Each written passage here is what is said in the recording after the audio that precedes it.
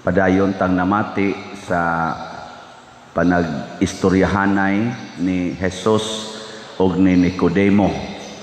Kanis Nicodemo usa ni kamagtutudlo sa balaod sa mga Hudiyo, Pariseo.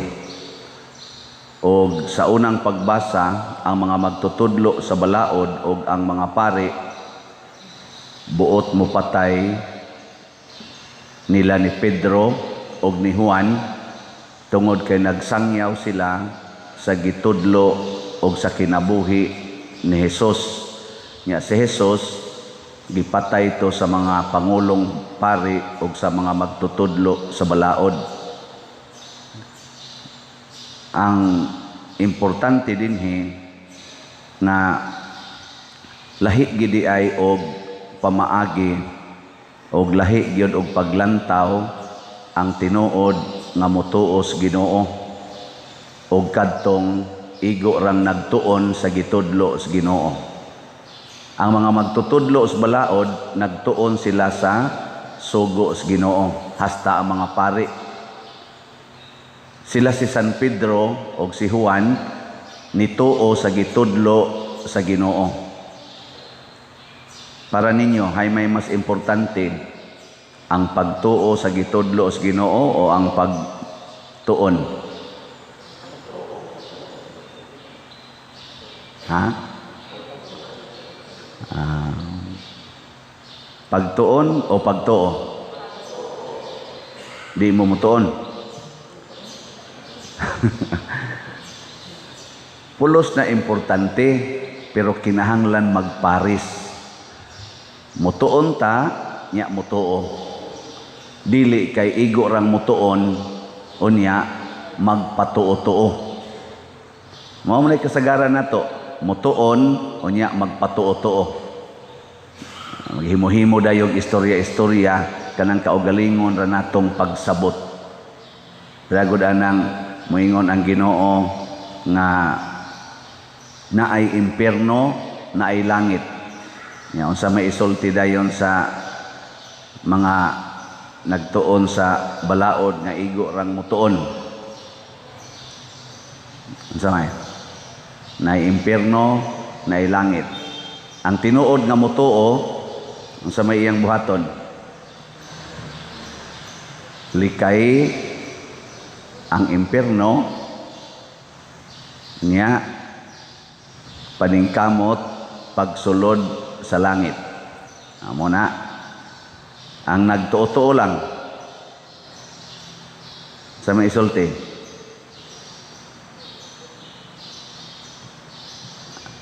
Wa mo kibaw? Oy, ang nagtuon mo ingon na depende ra nas Ginoo. Ang Ginoo ray magbuot. Pangutanaw ng imong tupad. Pangutan na asa man ka gusto, langit o impierno. Moingon gani siya, depende sa Ginoo. Kana, tuo-tuo ra na iya. Naidaghan ay. Depende las Ginoo. Ana. Kada lang ganing pangutanaw na to. Unsa man ang pagpangasaba sa mga anak, makapa-impierno o makapalangit. Unsa may tubag sa uban? Sa mga mituo, unsa may tubag? Makapa-impierno. Sa mga igo lang nagtuon nga nahibaw nga naay impierno ug langit, unsa may isulti? Depende. Ana wala. Nya kamo unsa man mo ron? Padong mo sa langit o padong sa impierno? Matud pa ni Kristo ang gikan sa langit nagsulti og mga butang langitnon. Ang mga tawo nga nias kalibutan nagistorya og mga butang kalibutanon. Sige, pili ko no mo. Hay may langitnon ani, grasya o kwarta. Hay may inyo rong gipangayo, grasya o kwarta. Na. Unsa may hayman ani ang langitnon? Kamatayon o kinabuhi? Kamatayon o maayong panglawas? Hay man ani ba ang langit nun? Kamatayon o maayong panglawas? Kusga. Nya hay man roy inyong pangandoy nga moabot nimo, maayong panglawas o kamatayon? Oy, kusog kay tang maningkamot sa maayong panglawas, pero di maningkamot sa maayong kamatayon. Kana bang mamatay nga way sala? Ang paningkamutan yun, healthy yun, healthy. Oh, mao na yung mga tuo-tuo. Mao na yung mga way pagtuo. Oh, sige, lain sa ninyo na kuan. Hay may importante ninyo. Pag hay man ani langit nun, pag-antos o kahayahay. Husgan. Pag-antos.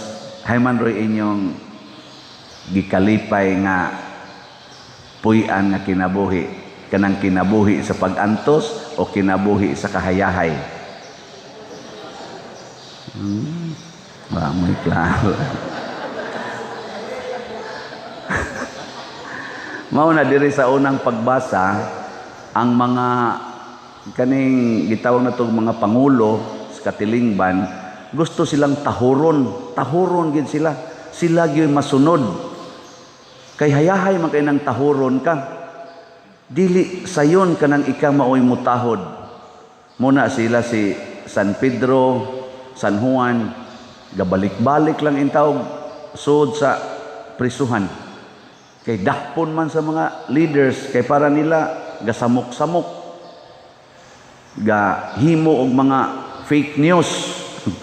Fake news bang? Usuro ba kayo naroon sa ato mga kumpanya? Fake news. Pero si San Pedro o si San Juan, tungod kay kuan man sila, kinini ang nituo mas Ginoo, ila jong giklaro pagsulti. Sundo namo ang Dios, dili ang tao. Mao na ilang gisulti. Nag-anto sila para pagsunod sa Dios. Mao na'y importante kaayo natong hinumduman. Andam tang muantos aron pagsunod sa Dios. Unsa may nahitabo? Tungod kay nag-antos sila sa pagsunod sa Dios, hayahay ang ilang dughan. Bisag prisohon, malipayon. Bisag way kwarta, malipayon. Kay nagsunod man sa Dios. Pero ang mga pangulong pare, tungod sa ilang pagpaningkamot na sila gisundon, gasigi tinuod silang ampo, gasigi tinuod silang simba, pero ang dughan bugat. Kay naa man ang kasuko, naa ang kasina. Pangutan-an na imong tupad. Na kumusta imong dughan? Gaan o bugat? Mata na. Wa ka maglagot sa imong bana. Wa ka maglagot sa imong asawa. Wa ka magsigigyaw-yaw sa imong mga anak. Na wa ka maglagot sa imong ginikanan. Kana mo na imong ipangutana.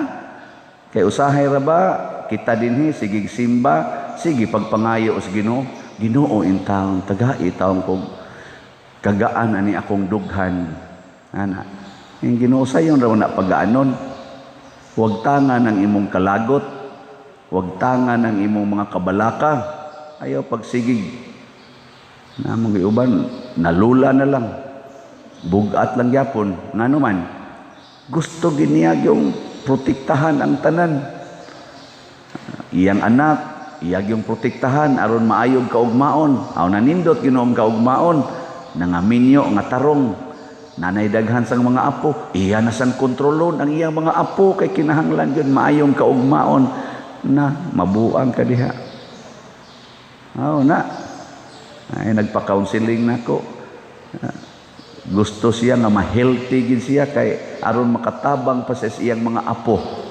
Nako pila na may edad nimo? 80. Padiroy daghan na mga gibati, lisod ko ginhawa, lisod ko lakaw.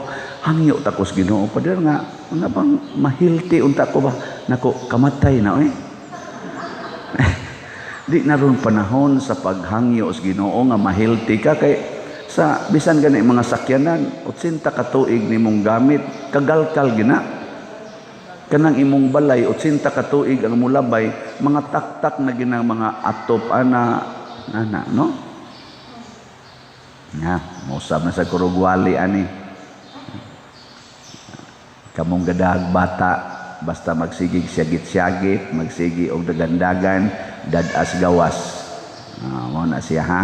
Dito standby sa gawas. Palihog lang. Ako na yung balikon pagsulti, labi na mong wa pamahibaw.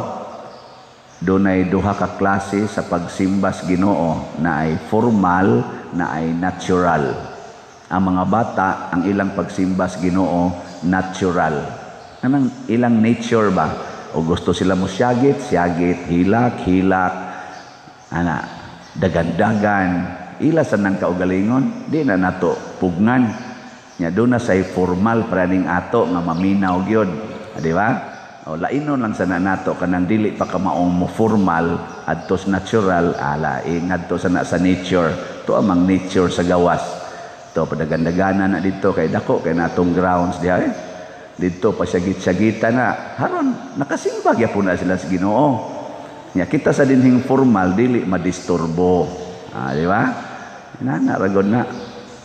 Sige, padayon ko gamay ha. Irog kog jutay. Akong giingnan kamatay na. Kay nga naman tungod kay wa na oy na nakapahimos na kay ka ng imong lawas. Nakapahimos na kay ka ng imong edad. Ayaw na pagsigig kawili anang mga batanon pa. Isa nga ako magudunta pa dirba nga maagak din ako sila sa maayong dahan ako na inikamatay nimo dito sa langit mas makaaga ka ana nila kay magsige na magkagampo dito sa Ginoo. Ang problema lang malangit baka ka.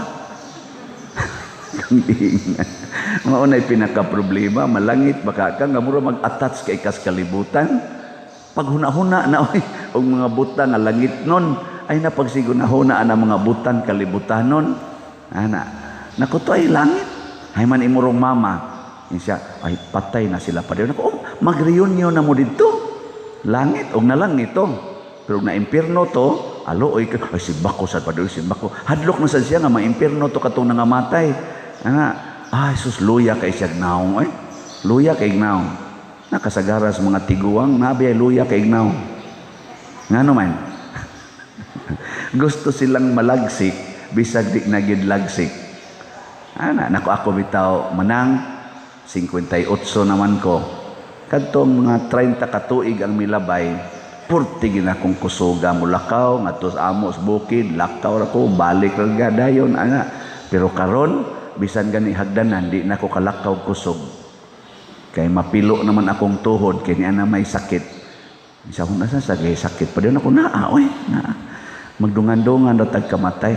Pero arang-arang ka kay 80 niya ako 58. Sagot ka dungan tagkamatay. Simbako pa din simbako. Ay sa kamatay pa din sa kamatay nako nato nasag ka pugong nasag ka nako nga mamatay na daghan na ikagipugnan ron nga di na gustong mamatay. Usahay ingon ana ta. Ano bang luos lang tag-control. Mao na ang mga Hudiyo, ang mga leaders, mga pari, kontrolo nila ang mga tao unsa ilang isulti, kinahanglan pabor gid nila kanunay. 40 taon hapit sila di katog. Di sila hapit katog. Sige sila huna-huna. Pero ang mga apostoles na tug lang, prisuhan, tug, adto sa simbahan, tug. Nya sangyaw, kadlawon magsangyaw, adlaw magsangyaw. Relax kaayo. Ang nagsunod sa Ginoo malipayon og malinawon kanunay. Ang nagsunod sa kalibutanon nga mga butang o tawhanon nga paagi bugat kanunay masukanon mga naong gakusmod lang. Muna manimba ganita dinhi sundon ginato si San Vicente Ferrer sa may panghuna-huna ni San Vicente Ferrer. Ibaw mo hangad mo di ababaw kana nababaw ba kabaw mong basa na agi ka no basaha ko no ready go